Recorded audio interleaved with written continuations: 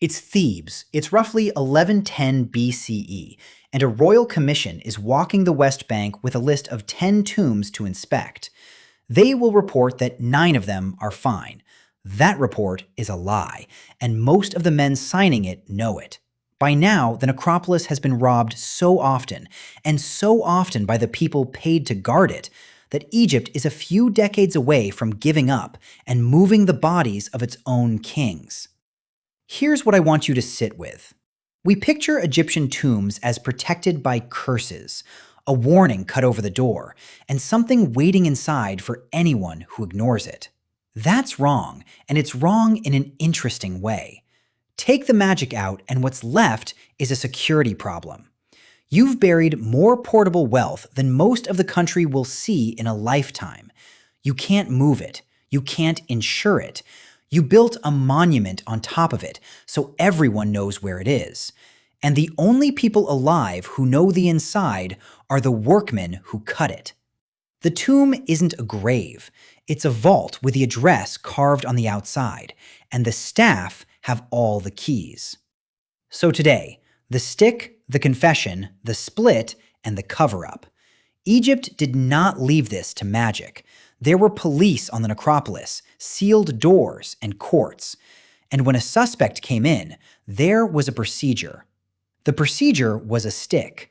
You were examined, that's the scribe's own word, by beating on the soles of the feet and the palms of the hands. It leaves you crippled with pain and still able to walk into a courtroom. And it produces a confession from almost anybody, which is exactly the problem with it. The Egyptians weren't naive about that. Investigators went to the tomb to check whether the hole the man described was actually there. And in year 16 of Ramesses IX, one of those confessions was written down in full. We still have it, the Leopold II Amherst papyrus. A stonemason named Amenpanufer describes robbing the tomb of King Sobekemsaf, a pharaoh 400 years dead. He names his 7 accomplices. He describes tunneling in with copper tools, the king and queen lying there, stripping the gold off the bodies, and then burning the coffins to get the rest. And then he says this: "We divided it into 8 parts." That isn't a confession, it's an accounting entry. 8 men, 8 shares, and a mason walking a court through the arithmetic like he's splitting a delivery. But the line that rearranged my head is the next one. Amenpanufer had been caught before, arrested on an earlier job and held, and he explains flatly how he got out. He paid 20 deben of gold to the official holding him, out of his own share, and walked.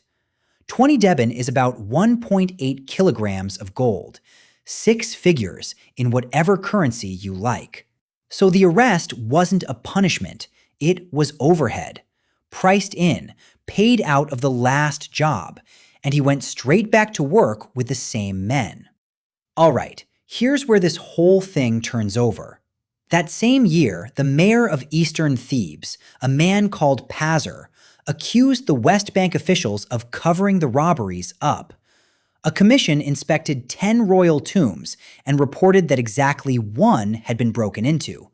That report survives too. Papyrus Abbot. The man running the inspection was Powero, chief of the necropolis, the official personally responsible for the security of those tombs.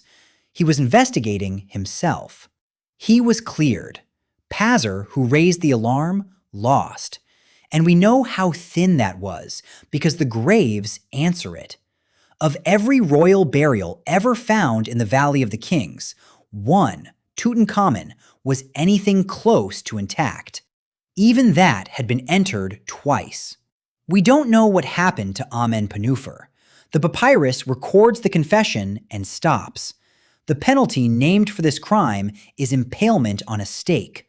How often that was carried out, we can't say. But none of it ever held, because the threat was never on the outside.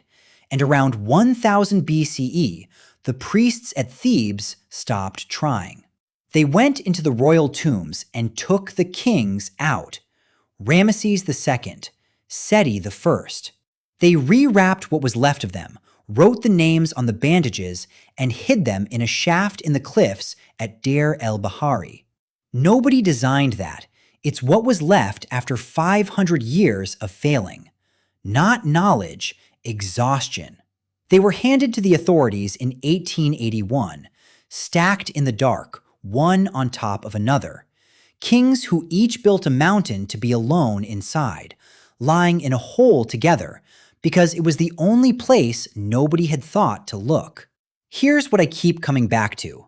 A man is walking home on the West Bank in the dark, with gold he took off a king's chest. He knows the corridor because cutting it is his trade, or his father's. He's been arrested once already, and he has priced it. We do the same thing.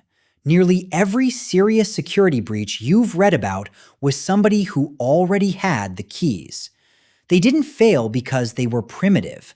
They failed because you cannot build a lock that keeps out the man who built the lock. So, what would you have done? You're the pharaoh.